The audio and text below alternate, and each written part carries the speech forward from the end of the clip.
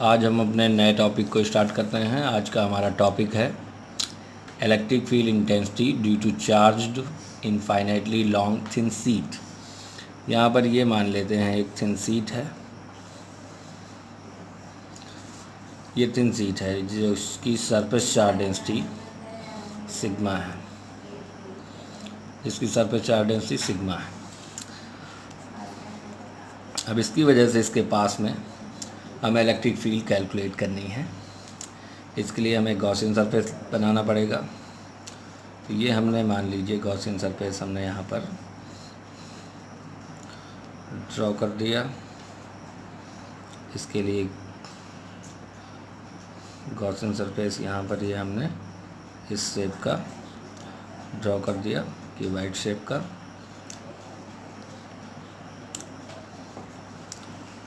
ये हो गया, जिसका ये एरिया मान लेते हैं ए है और इसका भी एरिया कितना है ए।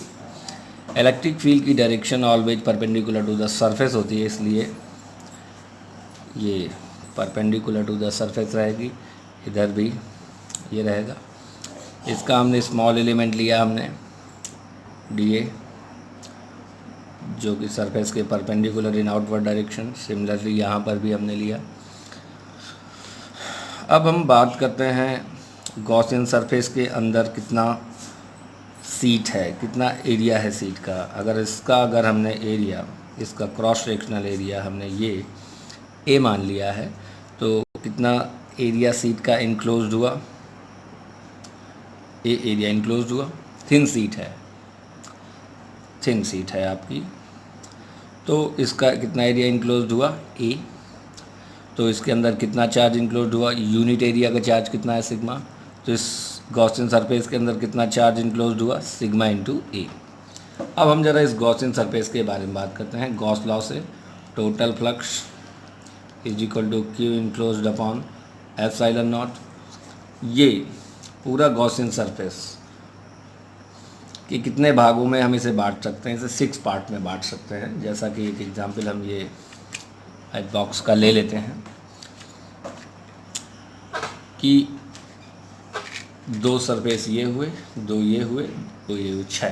तो हम इस पूरे गॉसियन सरफेस को 6 पार्ट में बांट सकते हैं और अलग अलग पार्ट से निकलने वाले फ्लक्स को कैलकुलेट करने के बाद सबका सम कर देंगे तो टोटल फ्लक्स आ जाएगा। तो अगर हम ज़रा इन 2 सरफेस के बारे में बात करें, इलेक्ट्रिक फील्ड ये रही, एरिया वेक्टर भी ये रहा, इनके बीच में एंगल कितना रहा, 0। इसमें इलेक्ट्रिक फील्ड की डायरेक्शन ये रही और इसका यही एरिया वेक्टर रहा, इनके बीच एंगल कितना, 0।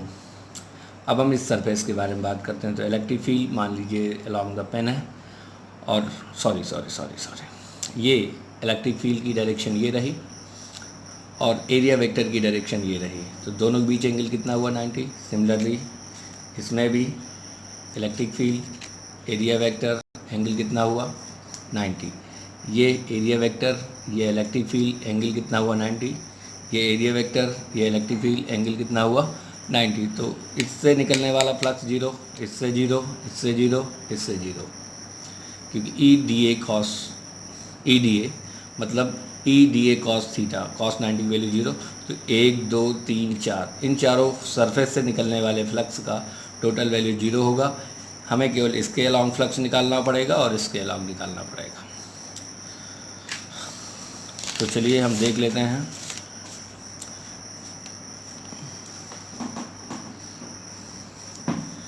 देखिए, हमने ये एक हमारा सीट है, इनफाइनाइटली लॉन्ग थिन सीट। ये हमारा गॉसियन सरफेस है। हमने इस सरफेस का नाम 1 और इसको 2 दिया है, बाकी को 3 4 5 6 E D A is equal to q enclose upon epsilon naught. Sigma is equal to कितना एरिया हुआ इसके अंदर, एरिया ए हुआ, यूनिट एरिया का चार्ज कितना है, सिग्मा। तो कितना हुआ इंक्लोज चार्ज, सिग्मा इंटू ए। कितना चार्ज हुआ, सिग्मा इंटू ए। अब हम बात करते हैं कि गॉसियन सरफेस को हमने कितने पार्ट में डिवाइड किया, 6। First, second, third, fourth, 5, 6। अब हमने जैसा सीखा था कि थर्ड, फोर्थ, फिफ्थ, 6 की बात करें तो ई डी ए कॉस 90, ई डी ए कॉस 90, ई डी ए कॉस 90, ई डी ए कॉस 90, तो इसकी वैल्यू कितनी मिली? जीरो, इसकी भी जीरो, इसकी भी जीरो, इसकी भी जीरो। केवल हमने फर्स्ट और सेकेंड के बारे में बात करनी है। तो इन दोनों बीच एंगल कितना है? जीरो। इन दोनों बीच एंगल कितना है? जीरो। तो ये हो गया ई डी ए कॉस जीरो, ई डी ए कॉस जीरो, इनकी सबकी वैल्यू हो गई जीरो। यहाँ पर एग्जाम्पल से हमने दिखा दिया थर्ड, ई डी ए कॉस 90, कॉस 90 वैल्यू कितनी हो गई? जीरो। और की इनक्लोज की वैल्यू आ गई sigma A by epsilon not. E same distance हमने लेके रखा अभी, तो ई हो गया।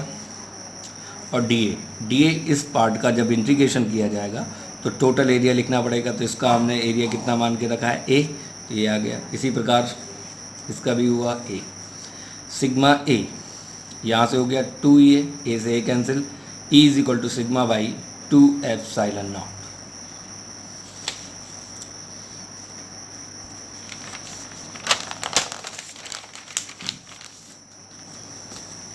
ये देखिए आपका ये यहाँ से मिला आपको 2 सिग्मा ए से A cancel, E is equal to आ गया हमारा सिग्मा बाई 2 एप्सिलॉन नॉट। तो थिन चार्ज शीट की वजह से इलेक्ट्रिक फील्ड कितना आ जाएगा?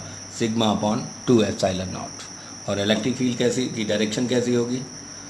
नॉर्मल टू द शीट मान लेते हैं एक्स डायरेक्शन में।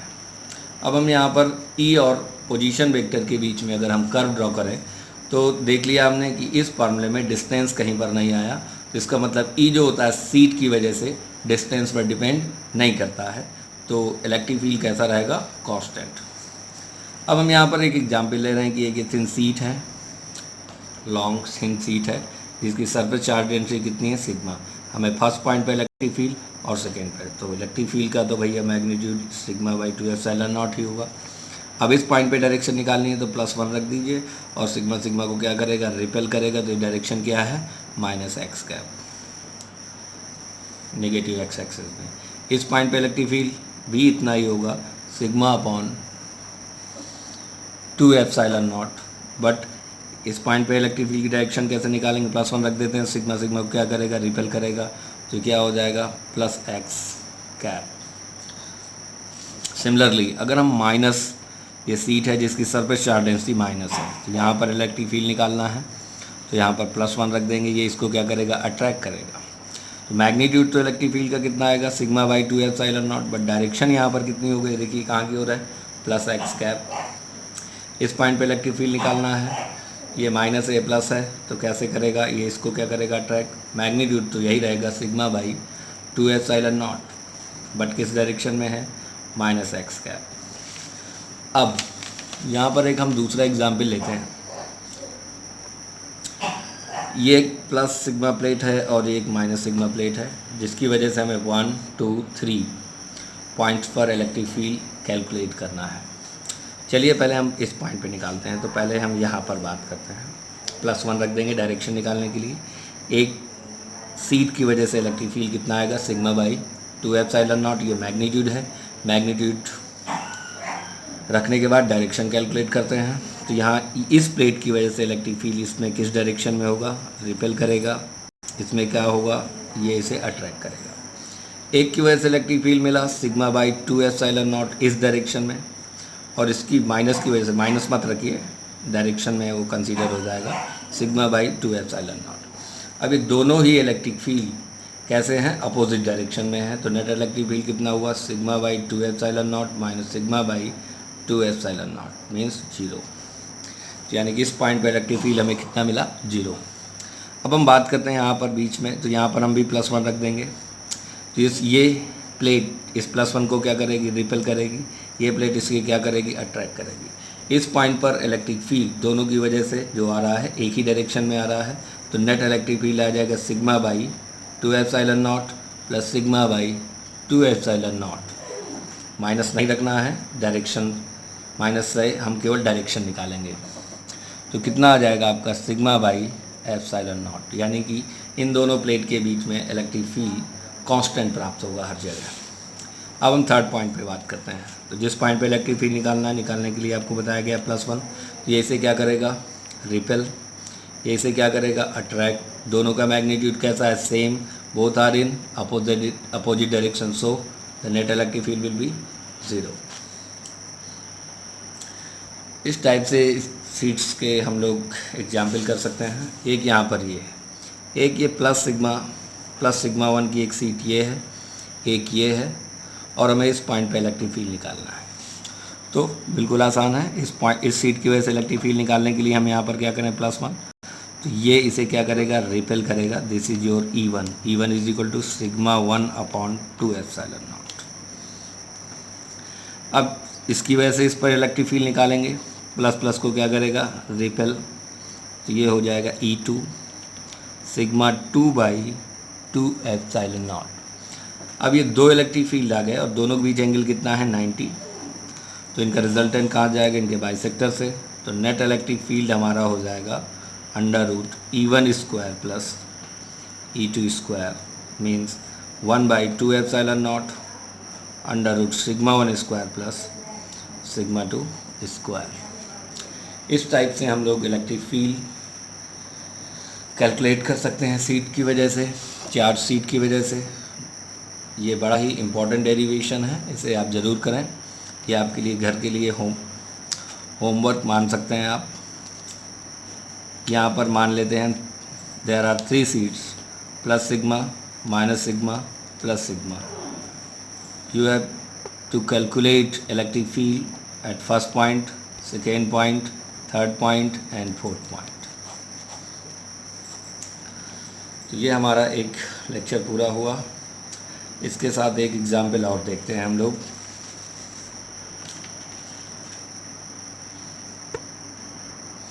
हाँ, तो सेकेंड टॉपिक है हमारा यहाँ पर electric field just outside the charge conductor. तो ये हमने कोई चार्ज कंडक्टर मान लिया जिसका सरफेस चार्ज डेंसिटी कितना है, सिग्मा है। तो हम ज़रा बात करते हैं कि इतने पार्ट की वजह से हम इस पॉइंट पर इलेक्ट्रिक फील्ड कैलकुलेट करना चाहते हैं। बिल्कुल पास में एक पॉइंट है, तो हमें क्या करना पड़ेगा, एक गॉसियन सरफेस लेना पड़ेगा। बहुत छोटा सा लिया हमने। अब इस पार्ट का एरिया हमने बहुत छोटा लेके रखा है, वेरी स्मॉल। तो ये जो जब हमने बहुत ही स्मॉल इसका पार्ट लेके रखा है तो ये एकदम स्ट्रेट होगा, स्ट्रेट सीट की तरह ये वर्क करेगा। ये मान लीजिए प्लस, तो हम इस पॉइंट पे इलेक्ट्रिक फील्ड निकाल रहे हैं, बिल्कुल पास में है ये। तो ज़रा देखते हैं कैसे निकालते हैं। इस पॉइंट पर इलेक्ट्रिक फील्ड 0 होगी इनसाइड द कंडक्टर, तो इधर से निकलने वाला फ्लक्स 0 हो जाएगा। इस पॉइंट पर इलेक्ट्रिक फील्ड हमेशा कैसी रहती है, परपेंडिकुलर टू द सरफेस। तो कट सरफेस से भी निकलने वाला फ्लक्स कैसा हो जाएगा, 0। केवल इस वाले सरफेस से निकलने वाला फ्लक्स बचेगा। तो गॉस लॉ से E.dA is equal to Q enclosed upon epsilon naught. तो कितना पार्ट हमने, कितना एरिया लेके रखा है इसके अंदर, dA, और यूनिट एरिया का चार्ज कितना है, सिग्मा। तो कितना चार्ज इनक्लोज्ड हुआ, sigma into dA। Electric field और area vector both are in same direction, तो इनके बीच एंगल कितना हुआ, 0। तो E.dA cos 0, और एरिया भी कितना है, dA, तो हम इसे लिख सकते हैं डायरेक्ट E.dA। तो dA से dA क्या हो गया भैया, कैंसिल हो गया। तो नेट इलेक्ट्रिक फील्ड कितनी मिल जाएगी हमको, sigma by epsilon naught, sigma by epsilon naught. ये बात समझ में आ गई। चलिए अब आप याद करिए वो दिन जिस दिन आपको बताया गया था कि ये इलेक्ट्रिक फील्ड क्या होता है। उसमें बताया गया था E is the electric field, net electric field due to all the charges present inside and outside of the Gaussian surface. ये जो E मिला है ये है हमारा net electric field, net electric field due to all the charges present inside and outside of the Gaussian surface. समझ में आया आप लोगों को। अब जरा हम बात करते हैं electric field due to present inside the Gaussian surface. अगर क्वेश्चन आ जाता है कि find the electric field just outside the charge conductor, तो इतना ही करेंगे, is equal to sigma by epsilon naught. तो electric field due to present inside the Gaussian surface, जरा इस बात को भी समझिए। तो ये सरफेस अंदर है, तो ये किसकी तरह वर्क करेगा, एक सीट की तरह वर्क करेगा, और इस सीट चार्ज इनफाइनाइटली सीट की वजह से इलेक्ट्रिक फील्ड हमारा होता है सिग्मा अपॉन 2 एप्सिलॉन नॉट। कितना होता है, सिग्मा अपॉन 2 एप्सिलॉन नॉट। तो ये जो इलेक्ट्रिक फील्ड है ये नेट है, ये जो इलेक्ट्रिक फील्ड है ये किसकी वजह से है, गॉसियन सरफेस के अंदर प्रेजेंट चार्ज की वजह से। Therefore electric field due to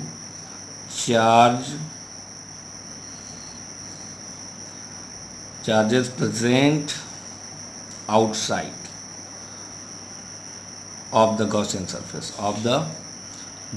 surface, ये हमारा नेट इलेक्ट्रिक फील्ड, ये अंदर वाले चार्ज की वजह से, तो भैया आउटसाइड की वजह से कितना आ जाएगा हमारा E माइनस ई डैश, कितना हुआ sigma by epsilon naught minus sigma upon 2 epsilon naught is equal to sigma upon 2 epsilon naught.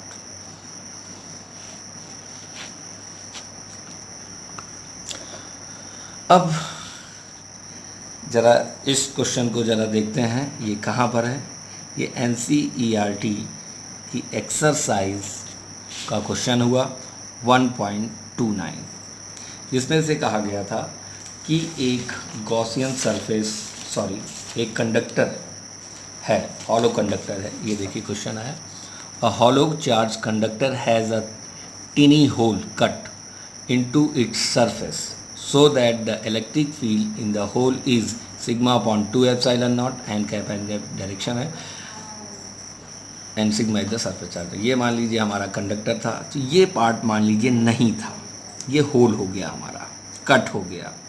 तो अब कट हो गया तो मतलब यहाँ पर पूछा गया कि electric field due to this charge, इस पूरे चार्ज की वजह से हमें यहाँ पर इलेक्ट्रिक फील्ड निकालना है। तो यही क्वेश्चन का जवाब हो गया। इस टाइप से हम ये वाला क्वेश्चन कर सकते हैं। और यहाँ पर ये हमारा गॉस लॉ का टॉपिक कंप्लीट होता है। इस चैप्टर को आप बहुत अच्छे से पढ़ें, क्योंकि बोर्ड एग्ज़ाम में इससे हर साल एक लॉन्ग आंसर पूछा ही जाता है। इसलिए आपके 5 मार्क्स का सवाल है और इसे अच्छे से आप प्रिपेयर कीजिए। Thank you.